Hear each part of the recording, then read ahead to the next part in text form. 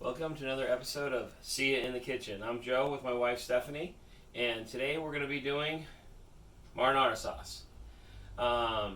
We will cook it with a base of pork sausage, but everything else is it will be pulled out separate, so it will be a marinara. We'll go through everything we need here, and then I'll cut it up and prep it, and we'll continue on from there. But olive oil, some seasonings, Italian sausage, tomato paste. We have the whole peeled tomatoes, sorry. The Centos brand we tend to like. There's a lot of different brands in the market. They're all pretty good. Just make sure you get the peeled seeded ones. We also have some from our garden we're going to use today. Basil, onion. We use the sweeter onions. We prefer them.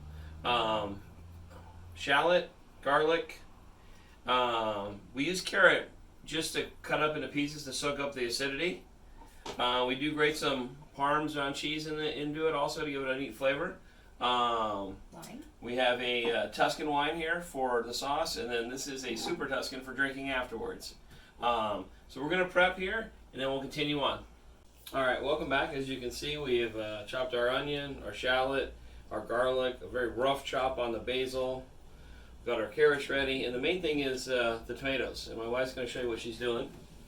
Alright, so we've got about 5 cans of tomatoes in here. As you can see, what we bought were the already skinned and boiled, I guess, tomatoes. And we are going to basically squeeze these, and I'm going to do this over the bowl or in the bowl, because what we're looking for is to get out kind of these veiny bodies within it. We don't want to have these in our sauce, so we're going to squeeze it really good in here. And as you can see, I've got an extra plate here that I'm going to put that on there, and I've just done that for all of these cans. So if I go over to this one, you can see that this is a nice kind of consistency here, and it still has some of the body, but those big chunks with the tops on them are out of it. So that's what we want to get it to. Back to Joe. Alright, so we got to build the base of the sauce. That always is going to start with the Italian sausage. And these are going to cook in the sauce after we brown them and do everything else. But we're going to start with it, and take them out, and then put them back in later. So we have our olive oil heated up here. And we are going to put the Italian sausage in now.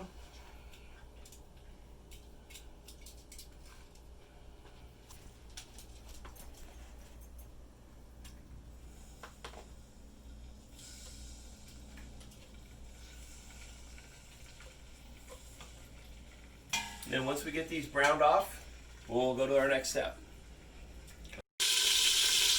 Alright, we're back in the kitchen. We've browned off our Italian sausage. We got a nice little fond on the bottom of the pan. And what does that mean, Joe? We cannot just add, the fond is all the brown bits at the bottom there. All these at the same time because they cook a little differently. So we got to start with the white onion. Then we'll add shallot. In the last minute, we'll do garlic, because garlic will burn. Alright, we'll get my handy dandy old school wooden spoon out.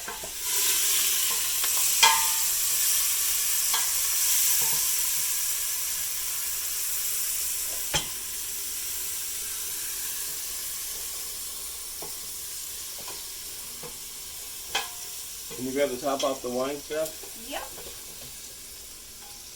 This is just on a medium heat. There's a lot of heat. The olive oil in the pan already had a lot of heat from the sausage.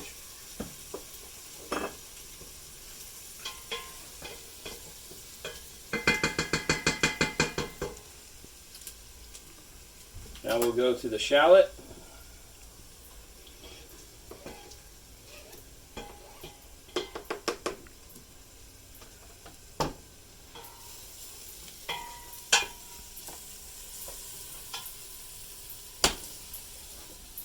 These have already got most of the bits off the bottom soaked up, but we're going to add still garlic, tomato paste, and then the final deglaze will be with the red wine. Alright, now these are pretty translucent, both of these. For the final stage now we have to add the garlic.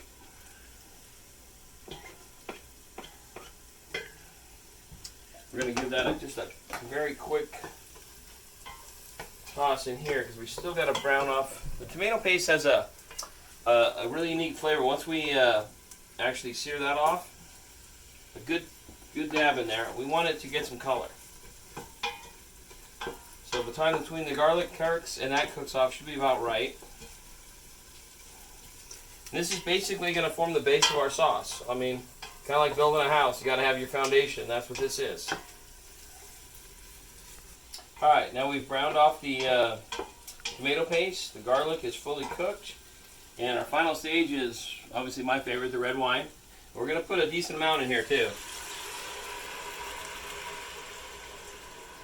And you always want to cook with decent wine. I mean, that's a good Tuscan that I like. But now the next stage we have to obviously burn off all the alcohol. So this will probably take about 4 to 5 minutes, and we'll be back and we'll add the tomatoes. All right, we just finished adding all the tomato. Now we're gonna still leave it at a medium heat. Obviously we're gonna reduce heat later, but for now to warm everything up. So we're gonna put our Italian sausage back in.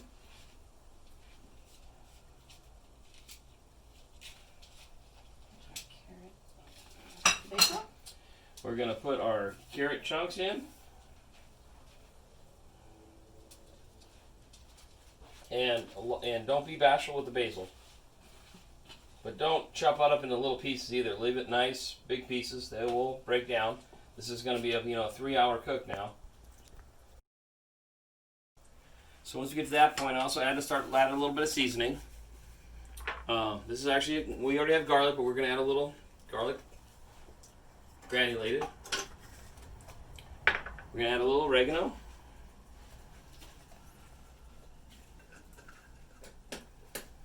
And some salt.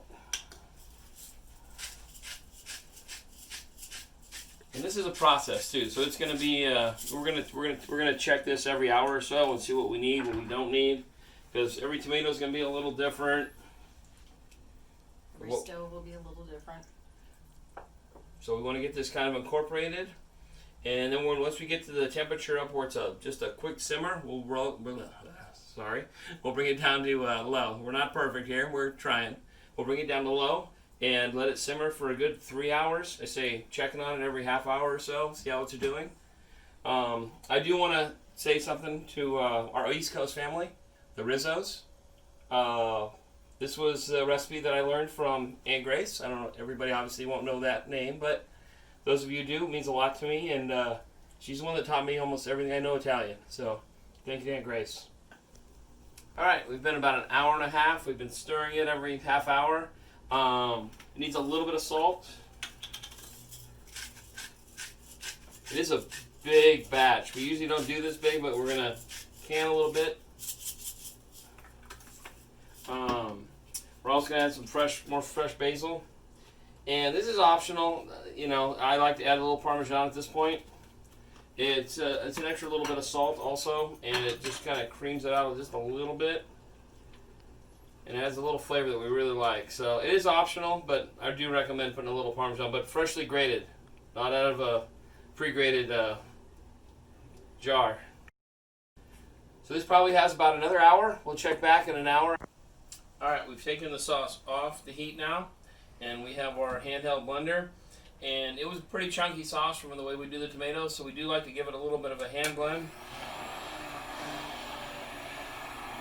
And then we'll take a few minutes, get to the consistency that you like, you're happy with. You don't have to blend it if you don't want to. And then that should be it. We'll do our final taste. I have a tasting spoon here. A lot of work. And we'll see you in the kitchen next time. Don't forget to please subscribe and hit the like button. Thank you. Thank you. See you later.